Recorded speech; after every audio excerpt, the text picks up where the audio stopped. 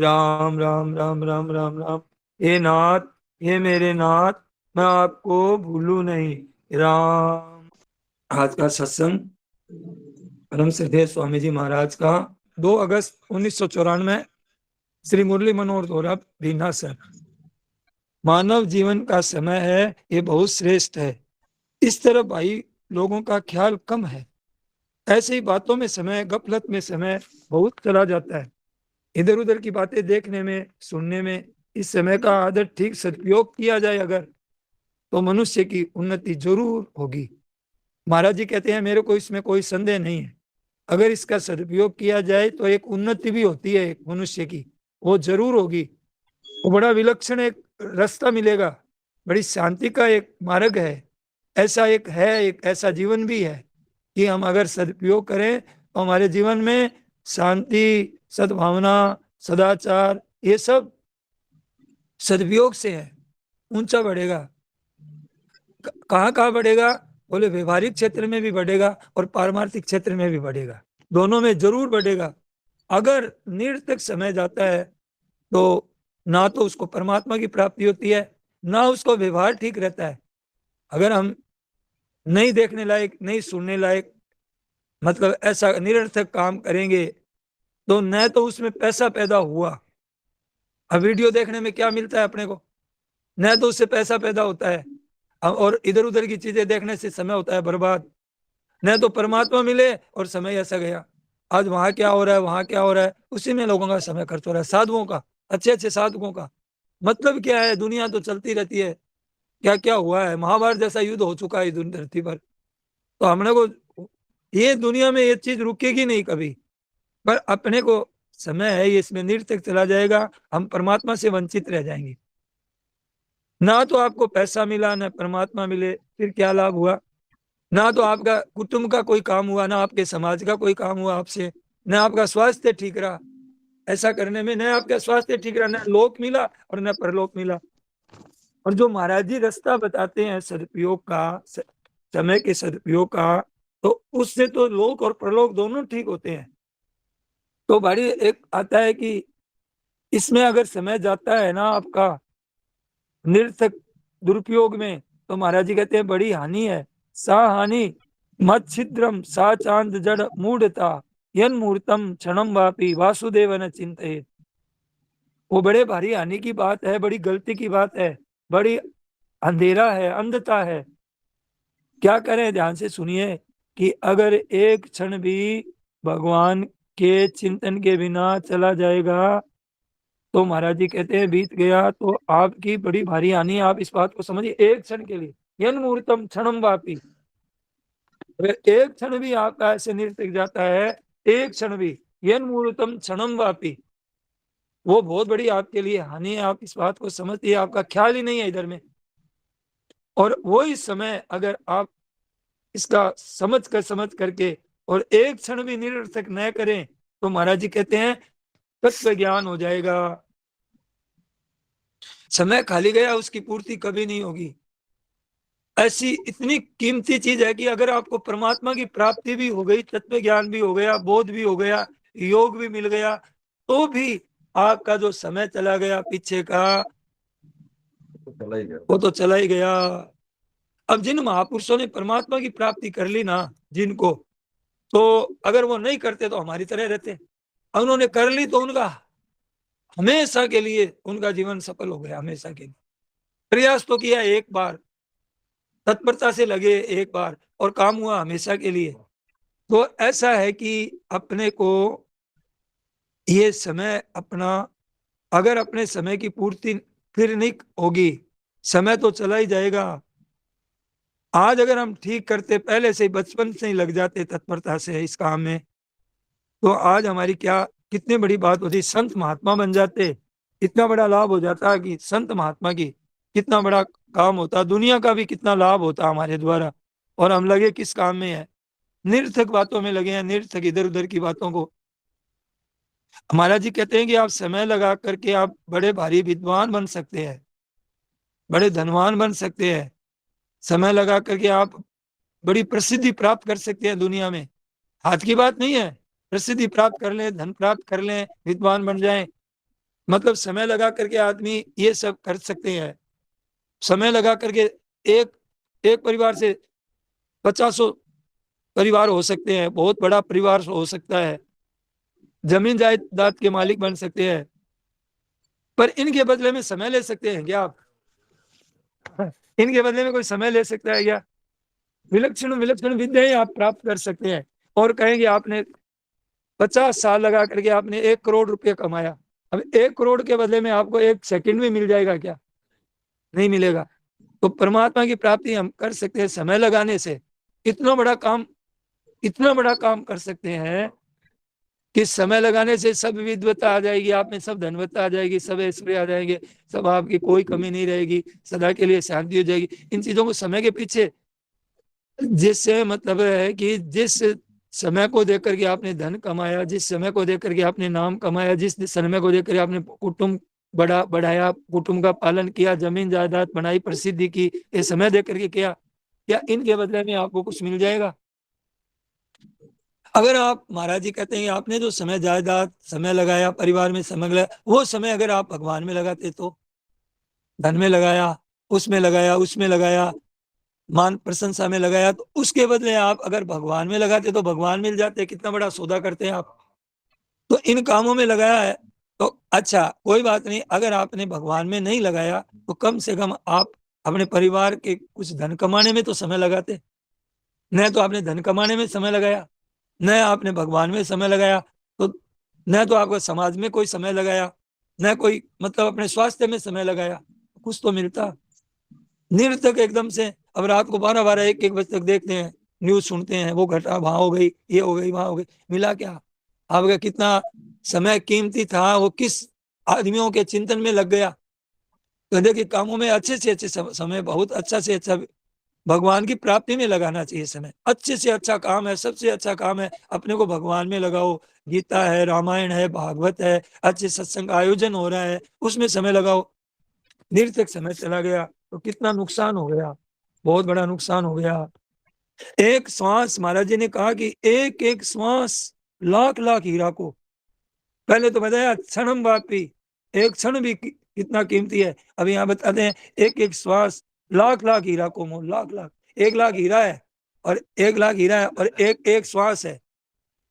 बहुत बड़ी बात है नहीं मिलने का, बड़ा भयंकर नुकसान हो गया। महाराज जी ने कहा जय राम जी की, मामूली नुकसान नहीं हुआ है। तो आज ये सावधानी रखिए।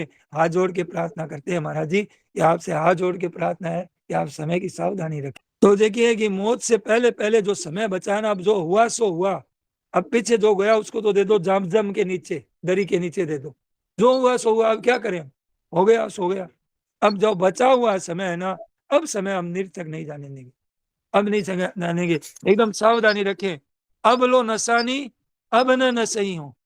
अब ना अब नाश हुआ, अब नाश नहीं करेंगे हम, सावधानी है। हमें तो क्या करना है कि अभी निश्चय कर लो कि हमें तो आध्यात्मिक उन्नति करनी है, करनी है। चाहे कोई नाराज हो जाए, चाहे सारे चले जाएं दुनिया से, चाहे सब रूठ जाए हमारे से, हमें तो आध्यात्मिक उन्नति करनी है। अगर ये समय चला गया महाराज जी तो बड़ी भारी हानि हो जाएगी। महाराज जी को पता है हमारी कितनी बड़ी हानि हो रही है। हम देखते हैं कि हानि हानि, अरे हानि का हम लोग समझ नहीं रहे हैं।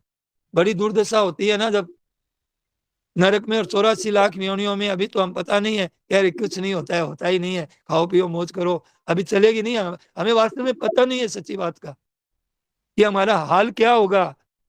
थोड़े दिन का जीवन है ये, बहुत सारा चला गया हमारा, बेहाल होगा हमारा, हाल नहीं होगा। मौका मिलना मुश्किल है। आप विचार करो, मनुष्य शरीर है, 84 लाख जोड़ियां है। संतों ने कहा है लख 84 भुगते बीत जाए जुग चार। जुग चार इतनी लंबी। और ऐसा है कि कईयों को तो वो भी नहीं मिलता है। ऐसी होती है कि वो मनुष्य जन्म आओ मिला हुआ है। अब वो चीज मिली हुई है जिसके लिए इतनी दुर्लभता बताई है, वो हम लोगों को मिली हुई है। अच्छे से अच्छा संग मिला है हमको, ऐसे सत्संगी भाई बहन मिले हैं। गीता का परिचय हो गया, रामायण का परिचय हो गया, गीता प्रेस की पुस्तकें है। अच्छा हमारी चर्चा चलती है अच्छी से अच्छी। लोग तो उठ के चले गए, हम लोग बैठे हैं। क्या करते हैं इसमें, इससे बढ़िया काम और क्या था। अच्छी चर्चा मिल रही है, महाराज जी कह रहे हैं, मैं थोड़ी कह रहा हूँ। अच्छा चर्चा, अच्छी चर्चा मिल रही है। अगर इससे एक संगठन में शक्ति होती है, बैठ करके हम लोग चर्चा करते हैं, उसमें विशेष बातें आती है, कितनी हानि हो गई, कितना नुकसान हो गया, इस बात से आज से सावधान रहना। जैसे अत्यंत कंजूस आदमी होता है ना, वो एक एक पैसे को बड़ा सोच समझ कर खर्च करता है। एक एक ऐसे जो आध्यात्मिक उन्नति चाहता है, अच्छा साधक होता है, ज्यादा अच्छा साधक होता है, वो एक एक क्षण की कीमत समझता है, समय की, अच्छे से ऐसे काम में लगाओ। तो हमें ज्यादा सावधान होना चाहिए। अरे समय के लिए आप, ऐसा तो फिर भी पैदा हो जाएगा, अगर आपका बेटा जवान मर गया है तो छोटा वाला जवान हो जाएगा, और भी पैदा हो जाएगा, चांस है उसमें तो, उसमें तो और भी चांस है कि बेटा गोद भी ले लेंगे, और भी कोई चांस मिल जाएगा। पर इसमें कहाँ से चांस मिलेंगे, मर गए तो। छोटा तो बड़ा हो जाएगा, पर समय है, ये पैसा पैसा पैदा हो जाएगा फिर भी।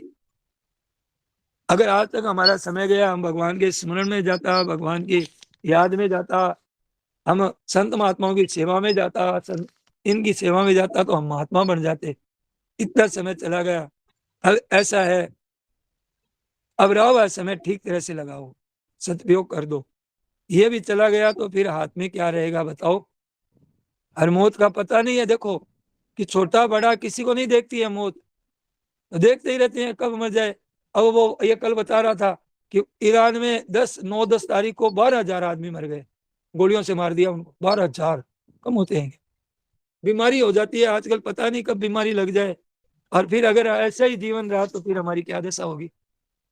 12,000 आदमी, कितने 12,000 एक दिन में, एक दिन में आंदोलन में 12,000 आदमी, यहाँ गोलियों से भून दिया, खोपड़ी उड़ा दी उनकी।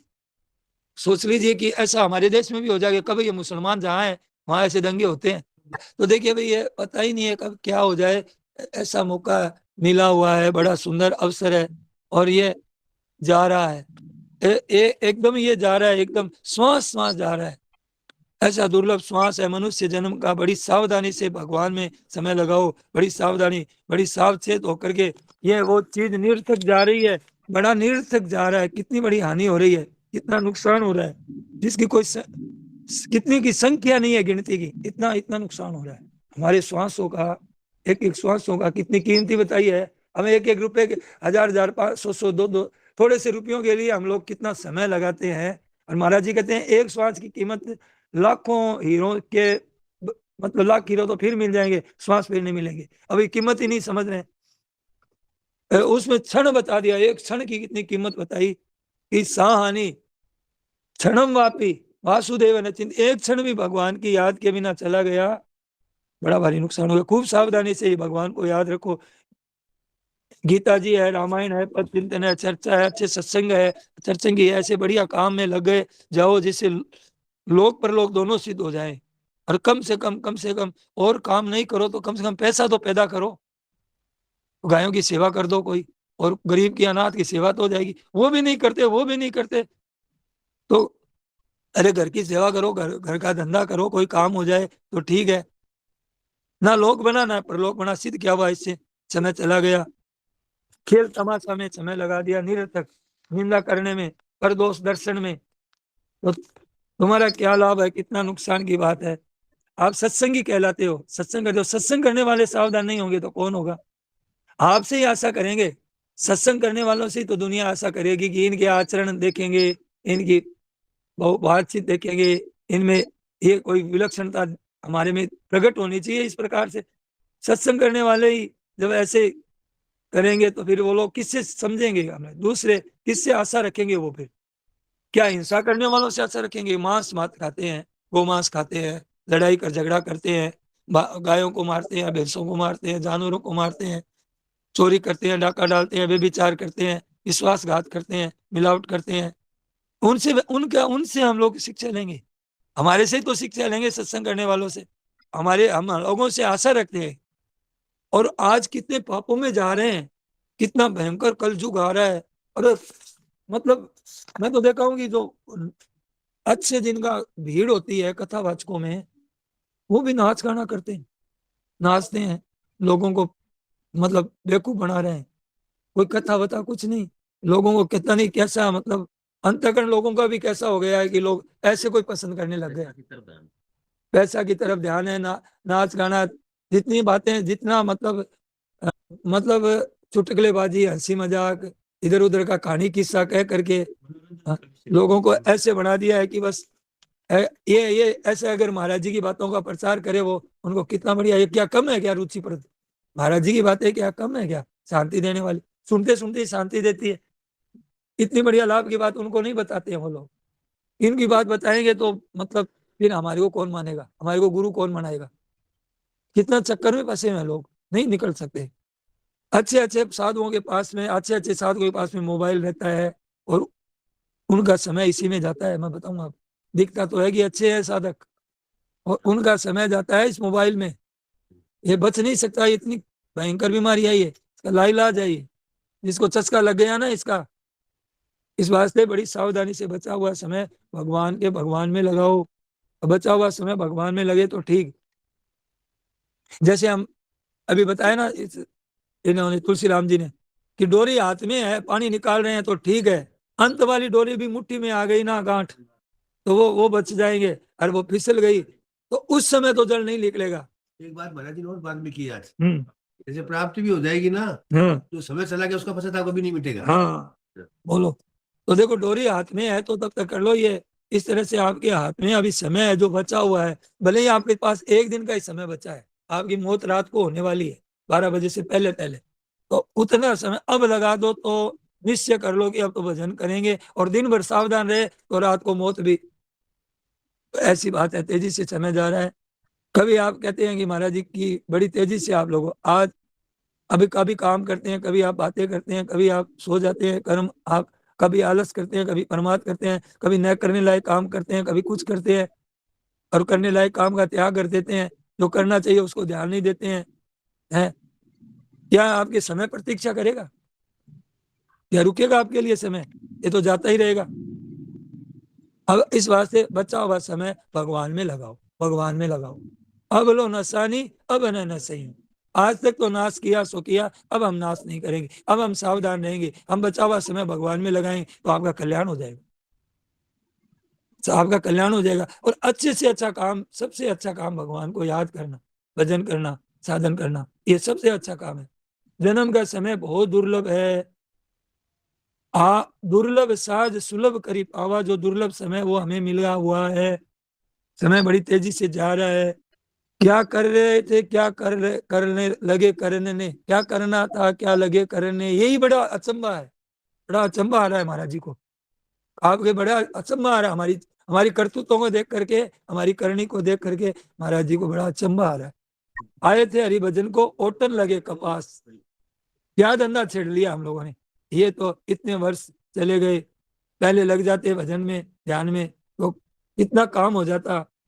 हमारी आज ये दशा नहीं रहती, हम जरूर जीवन मुक्त हो जाते। महाराज जी कहते जरूर, अगर हमारा अच्छा काम में लगता तो जीवन मुक्त की अवस्था प्राप्त हो जाती। अब हम लोगों को विश्वास ही नहीं है कि जीवन मुक्त भी होती है क्या कोई, भगवत प्रेम भी होता है क्या। विश्वास होता तो हम एक क्षण भी बर्बाद नहीं करते। कैसे कर देते बताओ? इतना बड़ा लाभ मिलने वाला है, और नहीं तो इतना बड़ा नुकसान होने वाला है। अगर उसको दिखाई देने लग जाता तो हम लोगों को अभी कह दे कि अभी यहाँ बाढ़ आने वाली है और सब हम डूब जाएगा गीता भवन, तो हम लोग यहाँ बैठे रहते क्या? अरे भागो यहाँ से जल्दी। ऐसे ही देखो, इसमें संदेह नहीं है कि संसार में धन प्राप्त नहीं कर सकते, हमारी मर्जी से नहीं कर सकते। कितना ही लग जाओ, मूल धन भी खर्च हो जाता है। कई बार तो ऐसा होता है, धन कमाने चले थे और मूल धन भी, वो तो प्रारब्ध के अनुसार मिलेगा, कितने ही लगो। लेकिन एक बात ध्यान रखो कि हमने उसमें व्यापार करने का हुनर सीख लिया, खाता भी का काम सीख लिया, कैसे व्यवहार करना चाहिए, कैसे मीठा बोलना चाहिए, किस तरह से हमारे को बढ़िया चीज रखनी चाहिए। अब ऐसे हुनर सीख लिया हमने, तो ये चीज हुनर सीख लिए तो ये विद्या तो हमारे पास ही रहेगी। ऐसे हमने भजन किया समझिए, और भजन किया, सत्संग किया, नाम जप किया, कीर्तन किया, और हमारे को कोई लाभ नहीं दिखा, लेकिन और अभी लाभ नहीं हुआ वर्तमान में, तो वो ऐसे ही थोड़ी चला जाएगा। उसको सीखा हुआ जो हमने अभ्यास किया है, जो वो तो पारमार्थिक, और वो तो देखो जो धन के लिए अभ्यास किया है, वो किया है, वो तो कला कौशल यहीं रह जाएंगे। है, लेकिन ये पारमार्थिक उन्नति तो अगर हमारा कल्याण इस जन्म में नहीं हुआ ना, और कुछ कमी रह गई ना, तो न ही कल्याण कृत दुर्गति तात गच्छति। ऐसे बहुत ना धन तो उतना ही आएगा जितना आपके प्रारब्ध में है, चाहे कितना ही कुछ भी कर लो, एक पैसा ज्यादा नहीं मिलेगा। और पारमार्थिक काम में तो चतुराई भी आ जाएगी पारमार्थिक काम की। ये वजह से हम लोग चर्चा करते हैं, बात करने की ये कर ली, जो ये विद्या हमें मिल गई है सत्संग की बात, हम लोग बैठ करके इतने दिन से बैठे हैं, तो कई चीजें हमें मिल गई जिसमें हमें विशेष जो हमें साधक संजीवनी मिल गई, तो हमारे मन नहीं करता कि साधक संजीवनी छोड़े, हमारा मन नहीं करता है, हमारे को याद आती है। अब यार हमारा साधक संजीवनी 2 दिन पहले पूरी हुई थी, तो मेरे मन में भाव आया था, हम लोगों को जो इसमें पता चल गया कि ये साधक संजीवनी है, ऐसा ग्रंथ है, कोई जन्म में ये हमारे से अलग नहीं होगी, क्योंकि जो चीज हमने पकड़ी है और ऐसी असली चीज पकड़ी है, असली चीज कभी हमारे से दूर नहीं हो सकती, क्योंकि हमारी तो ये हमने हुनर हमने ये प्रवेश किया ना, तो ये चीज मिली ना, इसका मिलना भी दुर्लभ है। इतना साधक संजीवनी की बराबरी भगवान भी नहीं कर सकते। हाँ, क्योंकि ये हमें हमेशा हमारे साथ रहेगी। भगवान तो अब दर्शन दे के अंतर ध्यान हो जाएंगे, फिर हम क्या करेंगे, घंटी थोड़ी बजाएंगे, बस साधक संजीवनी है तो पढ़ेंगे बस। तो ये तो महाराज जी ने तो एक बार कहा था कि ये रामचरित का मानस का पाठ वैकुंठ में भी होता है, ऐसे ऐसे लोकों में भी होता है, महाराज जी ने कहा था, ये सत्संग में कहा था, बड़े बड़े लोकों में है ना, वहां पाठ होता है। तो साधक संजीवनी का पाठ भी मतलब शुरू हो गया है वहां, जैसे रामायण का पाठ होता है ना, तुलसीकृत रामायण का पाठ बड़े बड़े लोकों में होता है, तो साधक संजीवनी का पाठ भी होगा। और महाराज जी की सत्संग भी मिलेगी। हाँ मिलेगी, तो क्योंकि ये चीज असली है, हमारे सामने आया था। असली है। अच्छा, हम रह भी नहीं सकेंगे, हमें कहीं कोई किसी के घर में भी जन्म दे दिया, कहीं भी अगर हो गया, कुत्ता भी बना दिया ना, तो हम लोगों को इधर ही मन जाएगा, क्योंकि हम जो किया वैसा ही जाएगा, जो जैसा करेगा वैसा ही भरेगा। कुत्ता भी बन जाएंगे तो साधक संजीवनी पढ़ेंगे। ये बात है।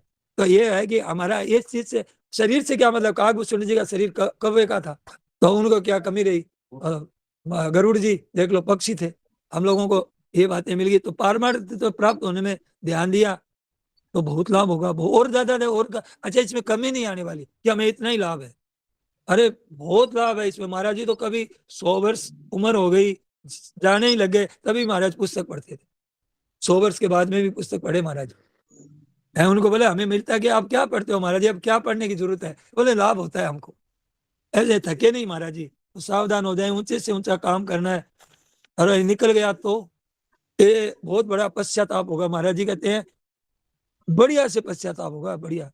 अब कहाँ पछता है, जब चिड़िया चुग गई खेत, जी ने खेत की भी बहुत बढ़िया ज्ञान दे दिया कि खेत भी खेती होकर के और धरती पर ही चिपक जाएगी, वो देखते हैं ना चिपक जाती है, छित्र छित्र होकर के, और वो खेती एकदम वो भी नहीं रहता है, सूखा हुआ भी नहीं रहता, फिर ऐसी हो जाती है, चिपक जाएगी।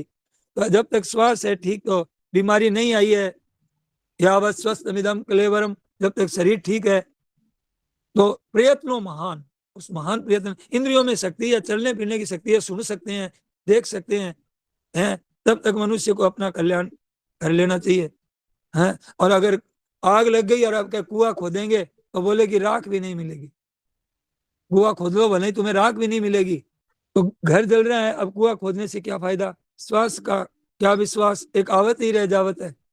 तो अपनी उम्र रहते हुए, मौका रहते हुए काम मिला, चतुराई है, तो 10-12 दिन, अब बोलो चातुर्मास हुआ है, चातुर्मास हुआ है, तो चातुर्मास को अभी 60 दिन यहाँ रहना है हमको, 10 दिन बीत गए, महाराज जी ने कहा चातुर्मास हो रहा है, 10 दिन बीत गए, तो बोले 10 दिन बीत गया, 50 दिन ही रहे, लाभ कितना ले लिया, 2 महीने में पूरा लाभ लेना है, तो 2 महीने में लाभ लेना है, तो 10 दिन हो गए, तो कितना परसेंट हो गया, 60 दिन का 10%, तो उतना परसेंट लाभ ले लिया क्या आपने, तो 10 दिन में लाभ। और ये हाँ, इधर देखने में कितना समय निकल गया है, मनुष्य शरीर का समय जा रहा है, कब चेत करोगे।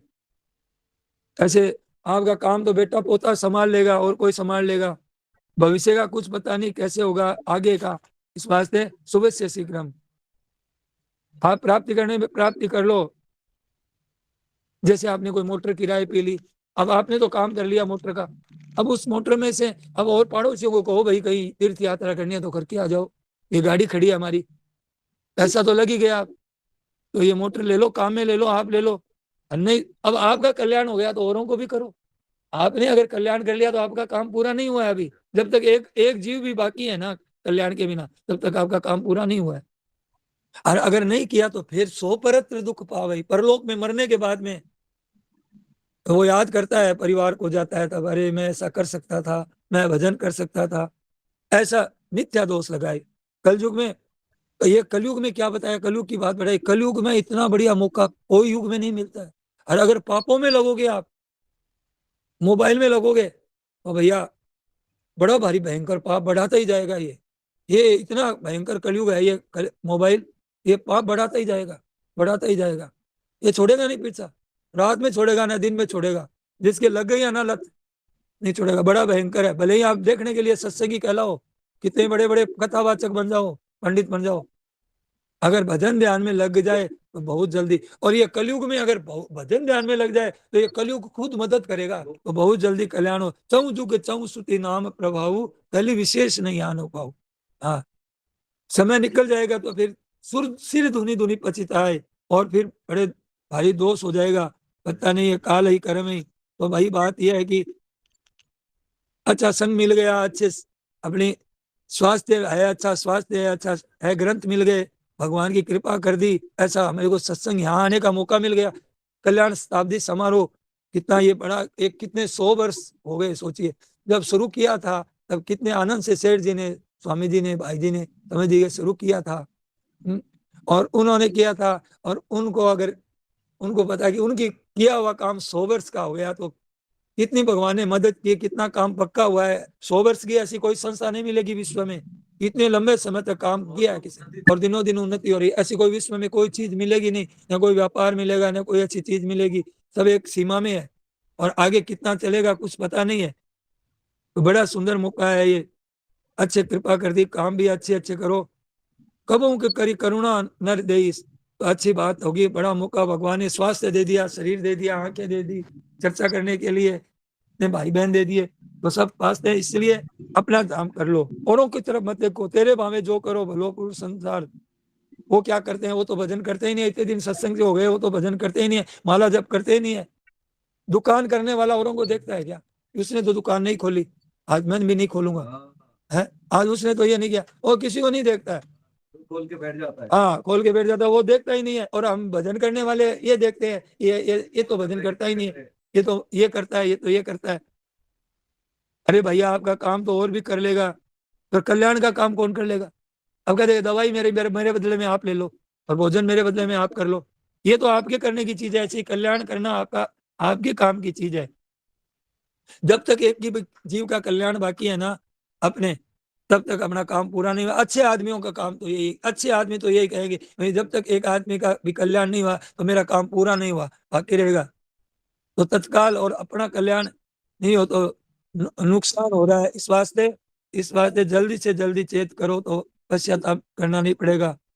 और नहीं तो फिर हाथ की बात नहीं है, देखिए समय निकल गया, तो इस वास्ते जल्दी से भगवान के भजन में लग जाओ।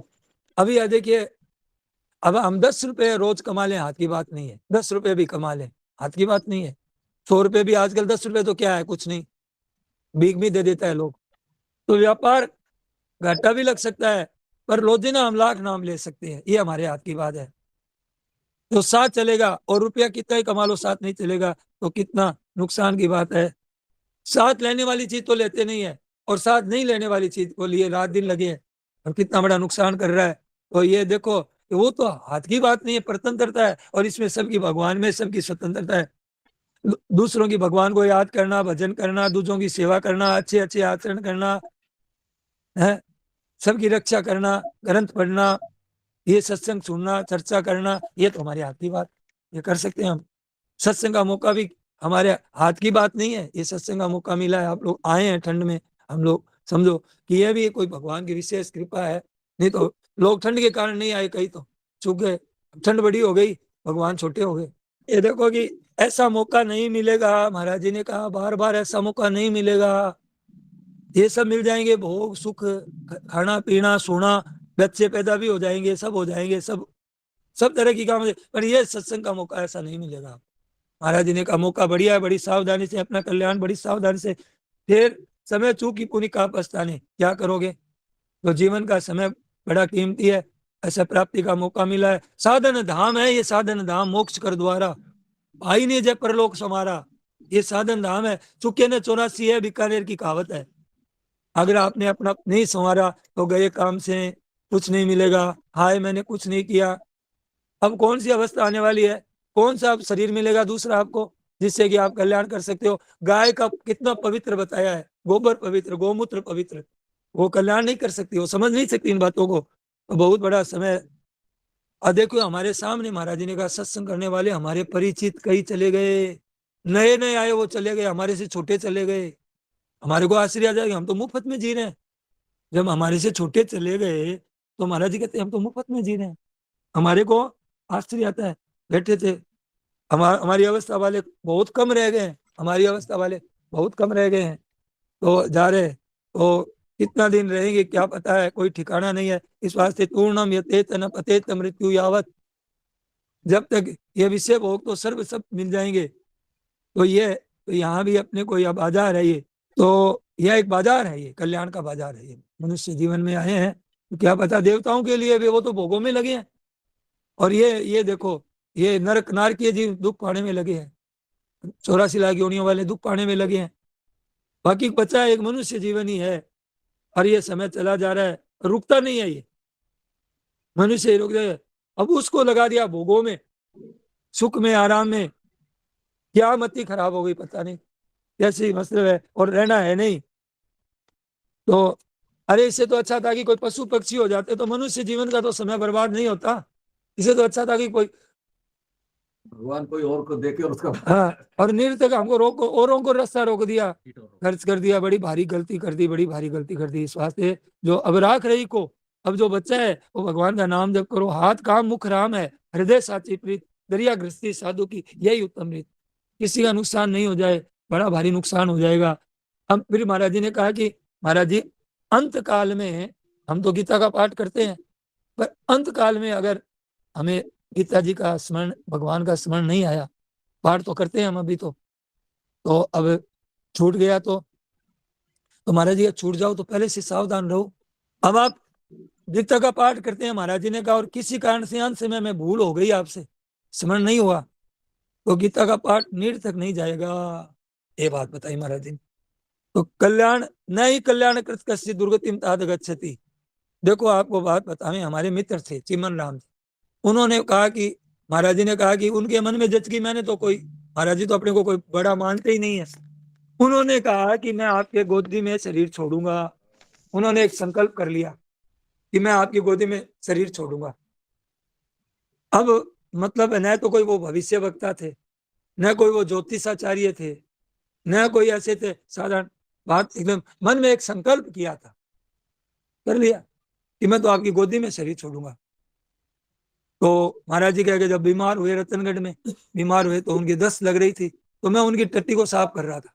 जगह जगह वो खराब हो गए कपड़े, मेरे हाथों से मैंने साफ किया। मित्र है महाराज जी, तो हर फिर महाराज जी सेवा करने वाले, हर विधि जानने वाले, सफाई का सफाई भी महाराज जी ने इतना है कि बड़ी विलक्षणता हर एक चीज में महाराज जी की, विवेक बढ़िया से। जयपुर में चातुर्मास था ना, हाँ, महाराज जी सोच को गए, बहुत देर से आए। लोगों ने पूछा कि महाराज जी आप देर कैसे लगाई? उसमें पहले जो उसमें सोच में गया था वो वहां के नहीं गया था, तो महाराज जी ने अपने हाथ से साफ किया। बोलो, ये बात है भाई। देखो बड़े महापुरुषों की बड़ी बातें होती है, बड़े बड़े आदमियों की बड़ी बातें होती है। ये हम लोग ये कहते हैं कि ये तो छोटा काम है, ये तो नीचा काम है। अरे नीचा नहीं, सबसे ऊंचा काम। हाँ, मैं कह रहा था कि महाराज जी के उन्होंने संकल्प कर लिया कि चिमन राम जी नाम था, रतनगढ़ में भाई जी भी साथ में थे, और राधा बाबा भी जो चक्रधर बाबा जिनको बोलते हैं हम, और संत थे, और भी संत थे। शरीर छूट रहा, उन्होंने पहले संकल्प किया कि मैं महाराज जी की गोदी में प्राण छोड़ूंगा। इतना प्रेम था, इतने, और मित्रता, घनिष्ठ मित्रता थी दोनों की। तो बीमार हुए तो महाराज जी को तार दिया कि शरीर जाने वाला है। गोरखपुर थे महाराज जी, तो चक्रधर बाबा लेने के लिए गए उनको स्टेशन पर, कहा कि भगवान की चर्चा मत चलाना, भगवान की बात मत चलाना, भगवान से रूठे हुए हैं, नाराज है।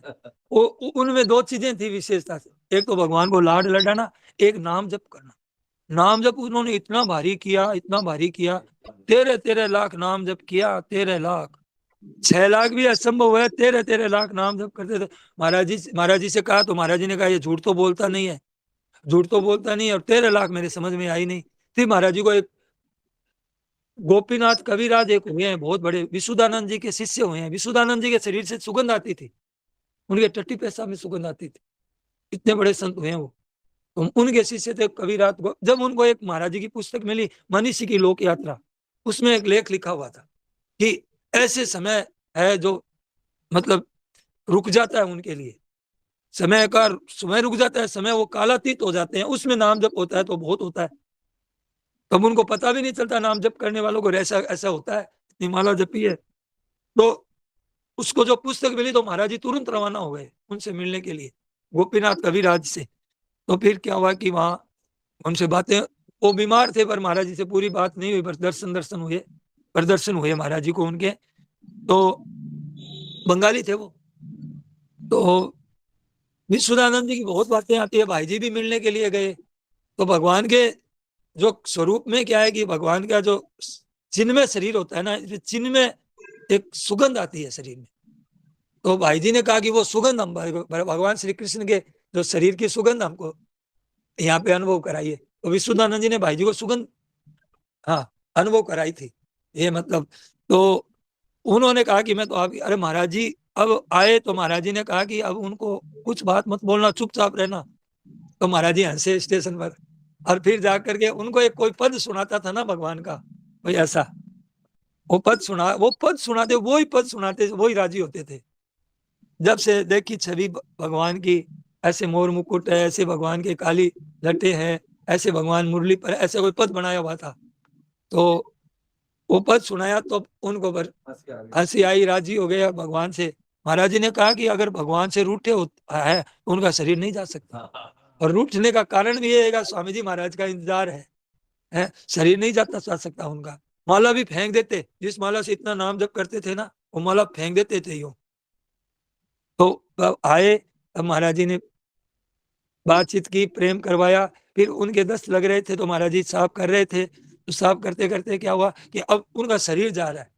तो अब जा रहा है तो थारे अब गोडो तो दो, मारवाड़ी में क्या गोडो तो दो।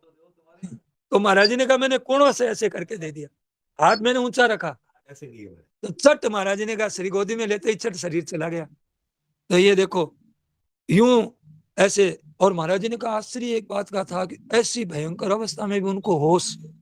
ये देखो ये उपलब्धि है जीवन की, इतनी अवस्था खराब, इतनी बीमारी शरीर के अंदर, इतनी तड़प, इतना ये होते हुए भी मतलब उनके होश, ये बात है। ऐसा हमारे को भगवान पूरी करते हैं। ये कोई ऊंचे दर्जे की, महाराज जी ने कहा कि ये कोई ऊंचे दर्जे की बात थोड़ी है कि मैं आपकी गोदा में शरीर छोड़ूंगा। एक संकल्प कर लिया, एक संकल्प कर लिया, काम तो यही चीज आ गई। इतना भजन किया वो तो काम आई, लेकिन काम असली चीज आई कि एक संकल्प काम आ गया कि आपके गोडे में शरीर छोड़ूंगा। कितनी ऊंची बात है। नारायण नारायण नारायण। हे नाथ, हे मेरे नाथ, मैं आपको भूलू नहीं। सबको प्रणाम। सियावर रामचंद्र की, मोर मुकुट वंशी वाली की जय।